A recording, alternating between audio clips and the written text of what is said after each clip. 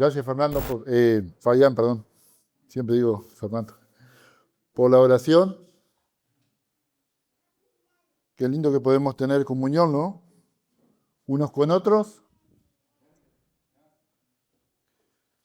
Y parece que estaba adivinando algo le había comentado, pero toda la oración de Fabián iba acorde con el mensaje.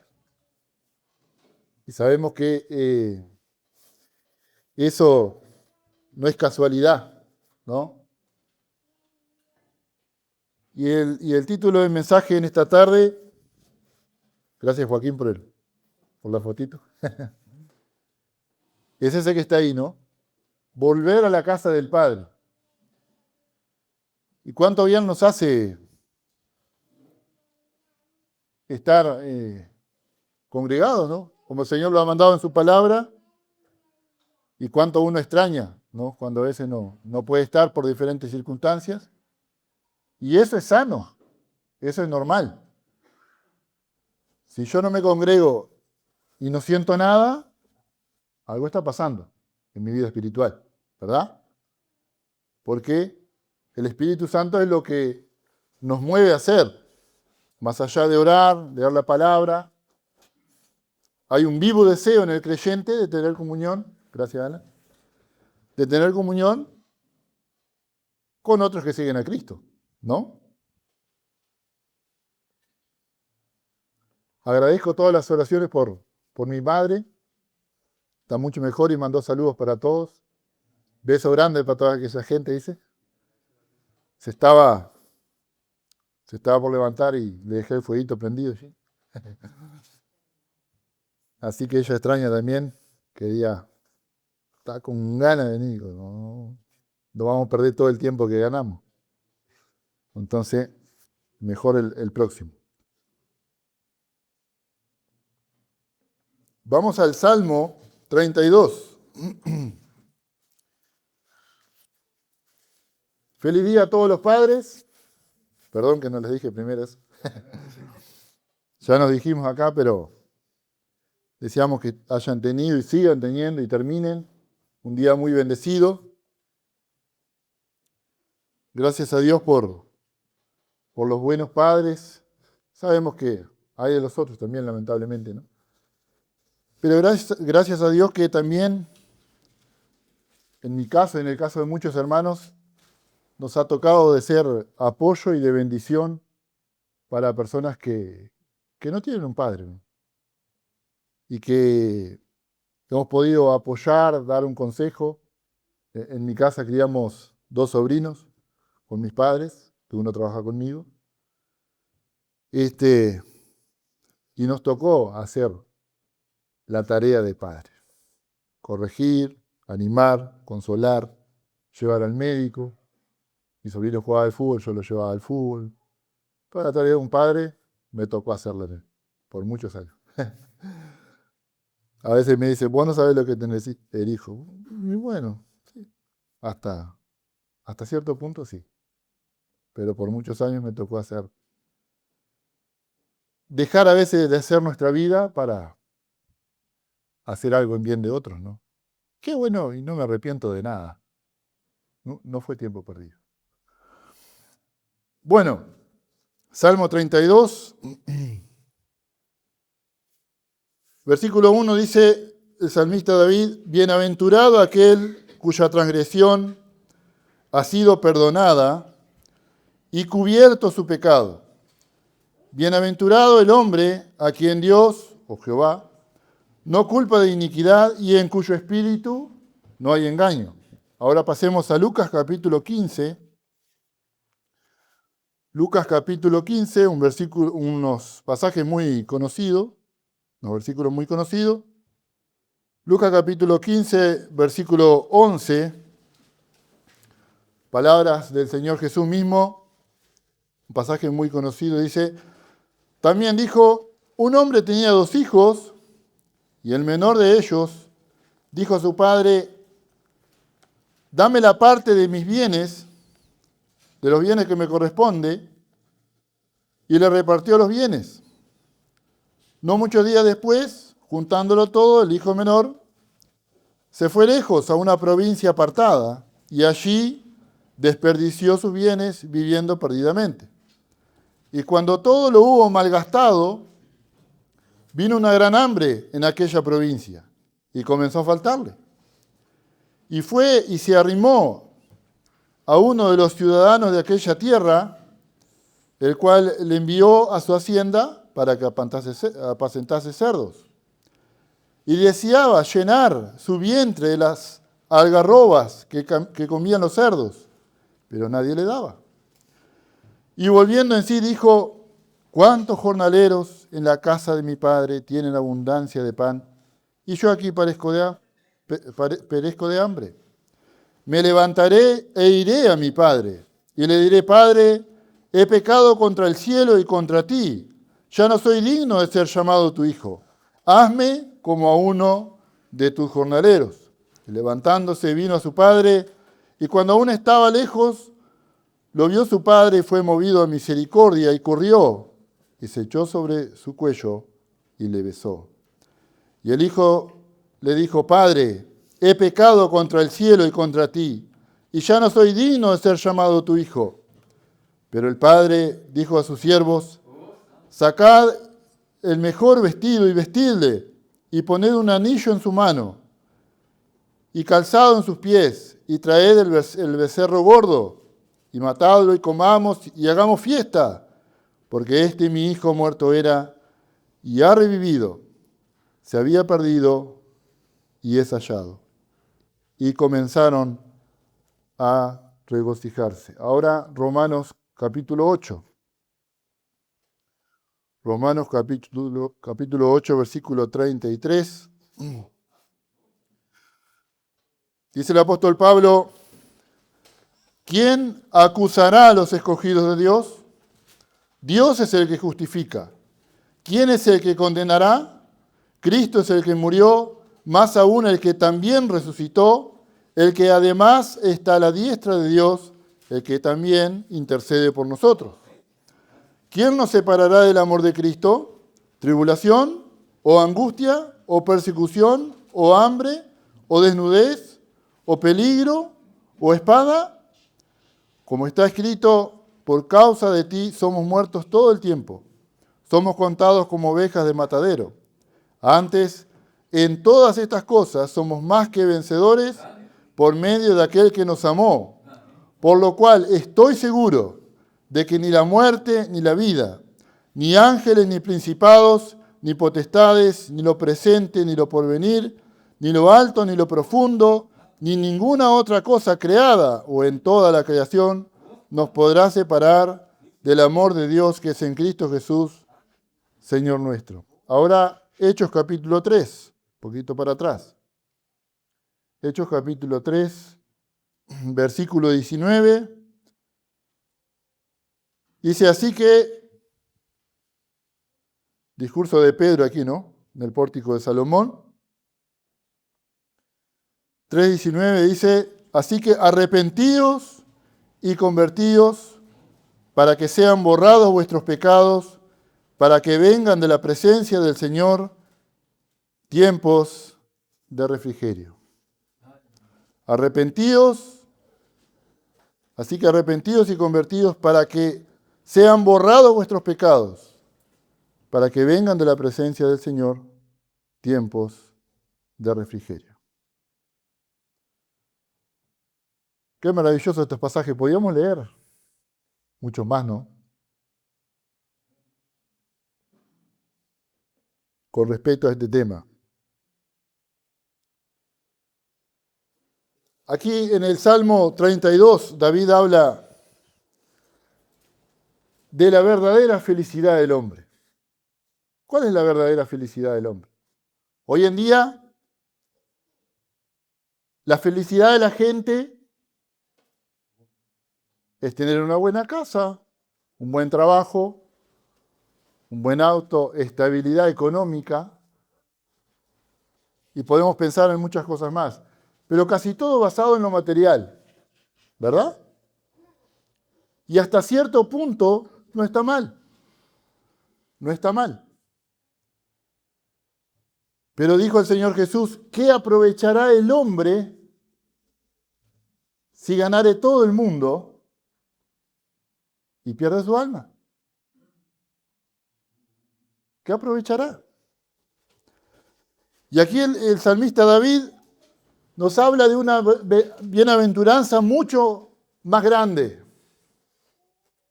Una felicidad que no es temporal, que no depende de las cosas materiales, que no depende si estoy enfermo o si estoy sano, que no depende de mí. Es una felicidad que proviene de Dios. Dice, bienaventurado aquel cuya transgresión ha sido perdonada y cubierto su pecado. Porque por más cosas materiales que tengamos en este mundo, si todavía no hemos restablecido la comunión con Dios, vamos a seguir vacíos. Y vamos a seguir metiendo cosas materiales y placeres temporales y lo que sea, y ahí está la gente en la droga, en el alcohol, en el libertinaje sexual y en cuantas cosas más, tratando de llenar el vacío del corazón del hombre. Pero el corazón del hombre nunca va a estar satisfecho hasta que no entre Cristo en el corazón. ¿Verdad?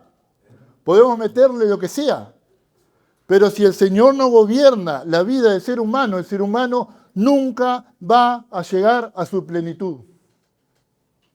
Y aún nosotros los creyentes, ¿eh? ¿Verdad?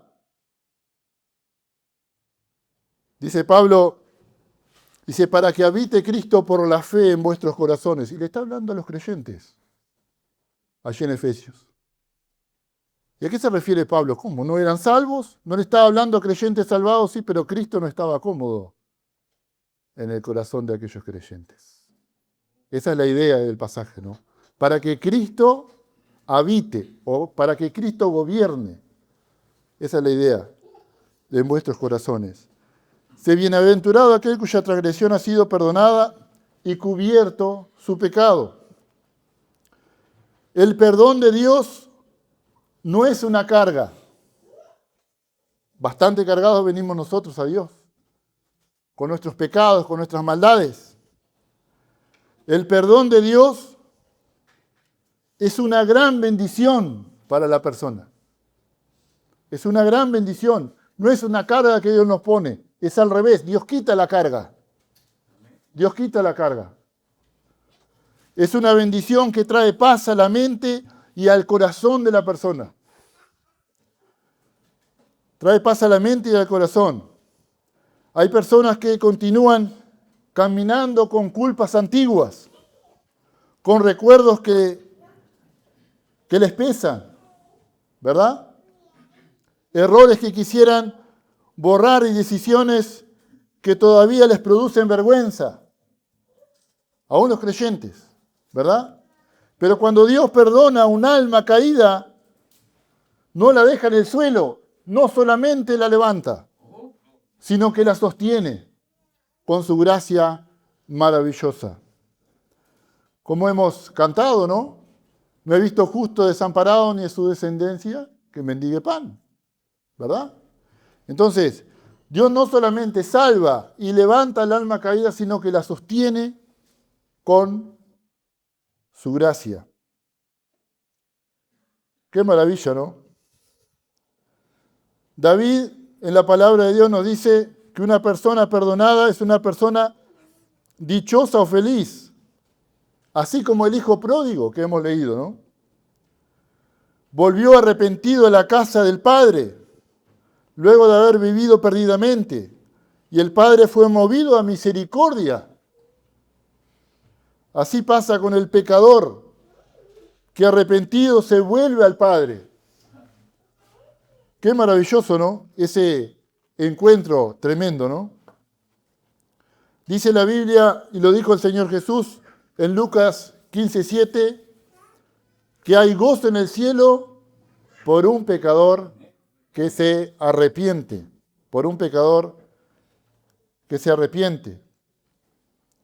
Y me animo a decir que en este mismo momento, el cielo está contento, alegre y gozoso. ¿Por qué digo esto? Porque en este mismo momento, en diferentes partes del mundo, cientos o miles de personas se están arrepintiendo y están recibiendo al Señor Jesús como su Salvador. Y el cielo está de fiesta. Hay gozo, hay alegría. Porque se restablece la relación de Dios con su criatura. Ahora ya no mira esa persona a Dios como el Dios justo, sino como el Padre Celestial. ¿Por qué? Porque la sangre de Cristo ha reconciliado a esa persona con Dios. Qué maravilla, ¿no? Qué privilegio. Entonces, el corazón del Señor es movido a misericordia al ver a un pecador que después de vivir perdidamente en el pecado, vuelve a Él arrepentido. Y el corazón del Señor fue movido a misericordia cuando vio nuestra miseria y nuestro pecado. Y fue movido de tal manera a misericordia que dejó el trono para ocupar la cruz. Qué maravilloso, ¿no? David menciona, dice, y cubierto su pecado. ¿Por qué dice David cubierto su pecado? Sabemos que los sacrificios del antiguo pacto cubrían el pecado por un tiempo, ¿verdad? Y había que estar constantemente haciendo sacrificios y esperar que Dios aprobara ese sacrificio para poder estar en paz con Dios. Pero ¿qué dice la Biblia? La sangre de Jesucristo, su Hijo, nos limpia de todo pecado. Dice el autor de Hebreos que con una sola ofrenda, Hebreos 10:14, ha hecho perfectos para siempre a los que ha santificado. Y Juan el Bautista, cuando le ve al Señor, allí en Juan 1:29, dice, he aquí el Cordero de Dios, que ¿qué? Que cubre el pecado del mundo. ¿Me equivoco? Que quita el pecado. Que quita el pecado. Porque el sacrificio de Cristo en la cruz puso fin a los sacrificios del antiguo pacto. Qué maravilloso, ¿no? Por eso David dice, y cubierto su pecado. O sea que si antes esa persona hacía ese sacrificio allí para poder acercarse a Dios y podía tener cierta paz, cierta felicidad, cierta comunión con Dios y estaba contenta, ¿cuánto más nosotros? Que por el sacrificio de Cristo hecho en la cruz tenemos comunión eterna con el Padre. Por eso dice David, bienaventurado, feliz, dichoso, el hombre que ha sido perdonado. Qué maravilla, ¿no?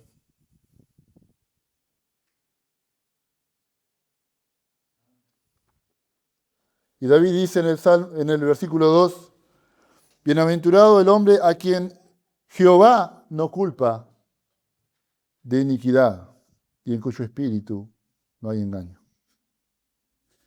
Bienaventurado, feliz el hombre o la persona que Dios no culpa de iniquidad. Pablo dice en Romanos 8:1 que ninguna condenación hay para los que estamos en Cristo Jesús. Ninguna condenación hay para los que están en Cristo Jesús. Y como hemos leído en Romanos 8:33, vamos allí otro momento. Dice Pablo, ¿quién acusará a los escogidos de Dios?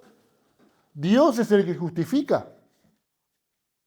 Entonces, quizás el diablo quiere acusarme. El diablo me hace mirar hacia el pasado, pero mirá lo que hiciste en tal fecha. ¿Te acordás lo que le hiciste a tal persona? Y el diablo, dice la Biblia, que es el acusador de los hermanos. El mundo nos puede acusar. Hoy estamos En una época donde la gente busca la aprobación del mundo, en las redes sociales y aquí y allá, ¿verdad? Y busca la aprobación de todos. ¿No es cierto? Y si vas contra la corriente del mundo, muchas veces el mundo te va a criticar y te va a juzgar y te va a condenar. ¿No es cierto? Te va a acusar. Pero ¿qué dice Pablo? ¿Quién acusará a los escogidos de Dios? Dios es el que justifica. Entonces, no te vengas abajo si Satanás quiere meterte cosas en la mente y en el corazón y quiere llevarte para atrás, para el pasado. Y si el mundo te critica, te juzga, tampoco te vengas atrás. ¿Por qué? Porque Dios es más grande que Satanás y Dios es más grande que el mundo. ¿Se entiende? Entonces, mira a Cristo, porque si Dios te justificó, te perdonó, te dio vida eterna, aunque caigas, aunque falles, podés ir a Él y decirle, Señor, gracias que me has perdonado. Gracias que la salvación no depende de mí, depende de lo que Cristo hizo en la cruz. Si no, sería un desastre. Si dependiera de mí, yo ya estaría en el infierno, calculo. Pero gracias a Dios que Cristo pagó nuestra deuda con el Padre. Ahora nada ni nadie nos podrá separar, dice Pablo, del amor de Dios, porque Cristo es nuestra garantía, no nuestra conducta. ¿Cuántas veces aún siendo creyentes hacemos disparate? Yo lo he hecho. Yo no me voy a venir acá a presentarme como intachable ni no sé qué, porque no. Para Dios no ocurre eso. ¿Es cierto? David dice, bienaventurado a quien Dios no acusa de pecado, pero no está diciendo que es una persona perfecta. Somos felices, ¿por qué? Porque hemos sido justificados por la gracia de Dios y esa misma gracia es la que nos restaura y nos sostiene todos los días. Porque si no sería un desastre.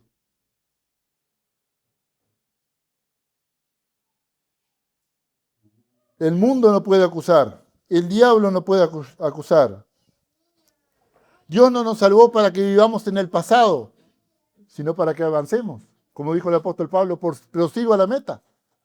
Dejando lo que queda atrás, prosigo a la meta. ¿Por qué? Porque él miraba a Cristo. Y Pablo, si miraba hacia el pasado, sería un desastre. ¿Verdad? Perseguidor de los creyentes, asesino, blasfemo. Una vida horrible. Pero él miraba a Cristo. Él miraba a Cristo. Porque Él es nuestra garantía. Como bien sabemos, el perdón judicial es una vez y para siempre. Cuando somos hijos de Dios, cuando aceptamos a Cristo como nuestro Señor y Salvador, reconociéndonos pecadores perdidos y arruinados, y le confesamos como nuestro Señor y Salvador, somos hijos de Dios. El que cree en el Hijo tiene vida eterna, dice la Biblia. Pero el que rehúsa creer en el Hijo no verá la vida, sino que la ira de Dios está sobre él. Entonces, Dios como juez justo tiene que condenar el pecado. Entonces, Cristo viene desde los cielos, deja su trono para venir a pagar nuestra deuda con el Dios Santo. Y cuando yo me apropio de esa obra consumada en la cruz y de su sangre derramada para limpiar mis pecados, paso de las tinieblas a la luz, dice la palabra de Dios. De la potestad de Satanás a Dios. Entonces, esa posición, ese lugar, es inamovible. Es seguro porque Cristo pagó por mí. Y dice Pablo que nos sentó en los lugares celestiales juntamente con Él. Estamos seguros en Él. Ese es el perdón judicial. Es una vez y para siempre. Pero después está el perdón paternal. Cuando ya somos hijos. ¿Verdad? cuando cometemos pecado, aún después de ser creyentes.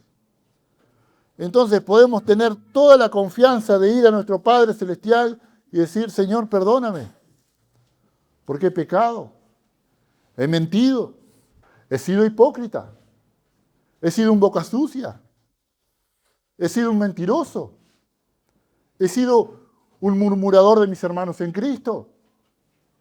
Y tenemos que ir a Él, confesando nuestro pecado. Dice el apóstol Juan, si confesamos nuestros pecados, Él es fiel y justo para perdonar nuestros pecados y limpiarnos de toda maldad. Y podemos ir a Él con toda confianza. Porque si Él nos perdonó tanto, ¿cómo no nos va a perdonar una mentira? ¿Verdad? Esto no es excusa para pecar, ¿verdad? Porque cuanto más comprendemos lo que Cristo hizo en la cruz por nosotros, nos lleva a vivir más y más en el temor de Dios, de tratar de no ofenderle, de tratar de agradarle, de tratar de honrarle, no para ganarme la salvación, sino porque estoy valorando lo que Él hizo por mí en la cruz. Porque sabemos que nuestra mentira, nuestra hipocresía, nuestro orgullo, nuestra maldad, llevó a Cristo a la cruz. Y cuando yo entiendo eso, hay un cambio. Hay un cambio en mi vida. Y si no hay un cambio, revísate si eres un verdadero hijo, una verdadera hija de Dios. Si el pecado no te afecta, si no sientes la necesidad de confesarlo al Señor, revisa tu vida. ¿Serás un hijo, una hija de Dios? Dice el apóstol Juan, el que practica el pecado no es de él. O sea que, si yo paso un día, 2, 3, ahí pecando y haciendo cualquier disparate y no lo confieso, se corta la comunión. Puede ser que seamos creyentes, pero a veces cabe la duda en una persona que, fulano se fue y mirá la vida que lleva, esclavo del pecado, ahí haciendo cualquier disparate. Y mirá, un hijo de Dios, hay que ver realmente si era un hijo de Dios. Porque un hijo de Dios no practica el pecado, dice la Biblia. ¿Verdad? Pero bienaventurado y feliz, dichoso, aquel que el Señor lo ha perdonado y vive en esa libertad de saber que ninguna condenación hay para los que están en Cristo Jesús. Qué maravilla, ¿no? Ahora en Lucas 15, como hemos leído, vemos la actitud del hijo pródigo. Vemos la actitud de este hombre. Y vemos la actitud del padre. Volvió arrepentido. Como hemos leído en Hechos, vamos allí de nuevo, Hechos capítulo 3, versículo 19 dice, así que arrepentidos y convertidos para que sean borrados vuestros pecados, para que vengan de la presencia del Señor tiempos de refrigerio. La gente quiere entrar al cielo sin arrepentirse. Y esto no es posible. La gente quiere paz, pero no quiere dejar el pecado. Quiere justicia, pero quiere seguir practicando la maldad. Y esto no es posible. Y aún en la vida del creyente, cuando estamos abrigando el pecado, cuando estamos viviendo en el pecado, se corta la paz. Se corta la comunión con el Señor. El pecado, hermanos, me lo digo a mí y lo digo para todos nosotros, el pecado no es negocio. El pecado no es negocio para nadie. El pecado, dice Pablo en Romanos, la paga del pecado es ¿qué? Muerte. El pecado te destruye, te desanima, te aplasta, te aleja de Dios. No es negocio el pecado. Que el Señor nos ayude. En Lucas 15 vemos algo maravilloso. Cuando este hijo arrepentido vuelve a la casa del padre, el padre no le dio las migajas. No le dio las migajas. No le dio lo que le sobraba. Le dio el mejor vestido. Le dio el mejor vestido. Y así a nuestro Dios.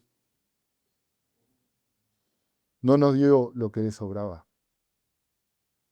No envió un ángel. No envió un serafín. No envió un querubín, un ser celestial. Dice la Biblia que de tal manera amó Dios al mundo, que le ha dado a su Hijo unigénito,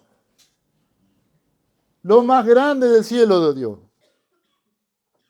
para que todo aquel que en él cree no se pierda, mas tenga vida eterna.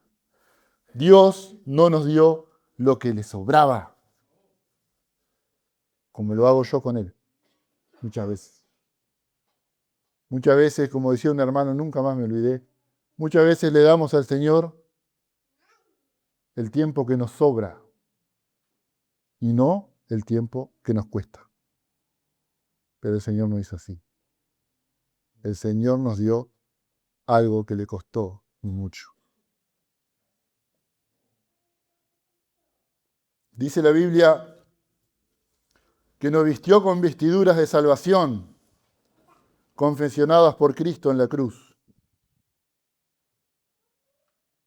Y es tremendo ver al Señor antes y en aquella cruz. Ese vestido costó un alto precio.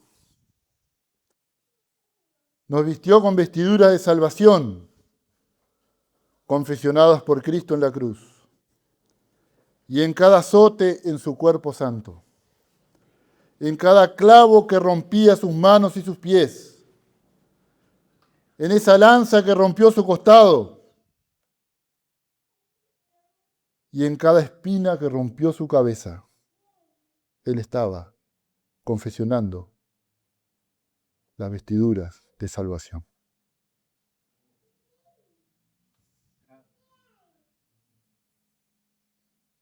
El Señor nos estaba diciendo en ese momento: yo te amo como nadie te amó, como nadie te ama y como nadie te amará jamás. Confeccionar el vestido de salvación le costó su vida y su sangre en la cruz, con el cual podrás entrar a la casa del Padre.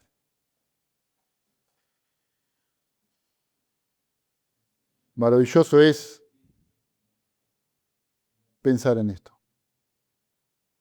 Dios me dio todo. Dios preparó el vestido perfecto y justo para ponerlo sobre mí.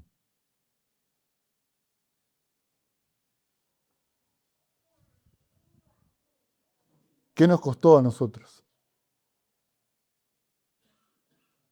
Alguien dijo, pero es muy fácil entonces el Evangelio porque creé en Cristo y sos salvo. Pero cuando vos entendés lo que Cristo pagó, el precio que Dios pagó en la cruz, para hacer esas vestiduras de salvación, nunca más vas a volver a ser el mismo. Y si sos el mismo que antes, ojo al gol. Porque una persona que recibe a Cristo y valora lo que Cristo hizo por él, nunca más es igual. Nunca más es igual. Dios nos dio todo. Dios preparó el banquete, como muchas veces decimos. Dios hizo la parte difícil para nosotros. Ahora solo te pide el arrepentimiento. Pero el ser humano no quiere humillarse. Para volver a la casa del Padre hay que tomar la actitud de este hombre, el hijo pródigo. He pecado contra el cielo y contra ti. No vino con orgullo, no vino con soberbia, no vino yo tengo muchas buenas obras, yo voy a la iglesia, yo oro, yo leo la Biblia, yo visito a los hermanos, yo sirvo acá y hago esto. No. Él vino, he pecado contra el cielo y contra ti. Las palabras exactas y seguras y al grano. He pecado contra el cielo y contra ti. ¿Cuál será tu respuesta? Quizás no eres salvo. Es hora de volver a la casa del Padre. Humillado y arrepentido. Dice la Biblia, humillaos pues bajo la poderosa mano de Dios, para que Él os exalte cuando fuere tiempo. Arrepentíos, dijo el Señor. Dios manda a todos los hombres en todo lugar que se arrepientan. El camino para acercarse a Dios es el camino de la humillación, no el de la exaltación. ¿Por qué? Porque Cristo se humilló. Porque Cristo se humilló. ¿Cómo me atrevería yo? ¿Cómo te atreverías tú a ir a Dios con soberbia y mostrando tus buenas obras y que yo soy muy bueno y que yo hago esto y que hago lo otro? Cuando Cristo se humilló para salvarte. Y ese es el camino para acercarse a Dios. La humillación, pasando por la cruz. Esa es la única manera de volver a la casa del Padre. Quizás eres un creyente. Y yo cuando estaba preparando este mensaje, el Señor me estaba hablando a mí mismo. El Señor me estaba hablando a mí mismo. A ver, ¿vos qué vas a predicar ahora el domingo? A ver, vos. ¿Cómo está tu vida? ¿Cómo está tu relación, Ricardo, con el Padre? ¿Mm? Quizás nos estamos congregando, quizás, no, yo no falto a ninguna reunión, yo leo la Biblia, yo hago esto. Quizás estamos haciendo todo por rutina o por costumbre. Pero a veces dice el Señor, este pueblo de labios me honra, pero su corazón está lejos de mí. A veces puede ser que nos volvamos una rutina espiritual, por así decirlo. Por cumplir, como a veces se dice, ¿no? Bueno, ya cumplí con Dios el domingo, ahora hago lo que quiero. ¿Verdad? Pero es hora, si eres un creyente, o quizás estás apartado. ¿Cuántos creyentes que se han bautizado, han hecho un compromiso con el Señor y ya no están? Ya no están. Querido hermano, si escuchás este mensaje, donde sea, es hora de volver a la casa del Padre. Dios no te salvó para vivir una vida miserable en este mundo, para vivir nuevamente esclavo del pecado. El Señor te salvó para vivir una vida en victoria, en comunión con Él. Vuelve a la casa del Padre. Hoy es el tiempo.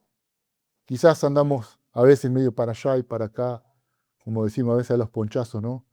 Con un pie en el mundo y otro en las cosas del Señor. Es hora de volver a la casa del Padre. Decir, Señor, quiero renovar mi compromiso contigo. Quiero seguirte, quiero serte fiel. Quiero marcar la diferencia en este mundo. No quiero acostumbrarme a este mundo.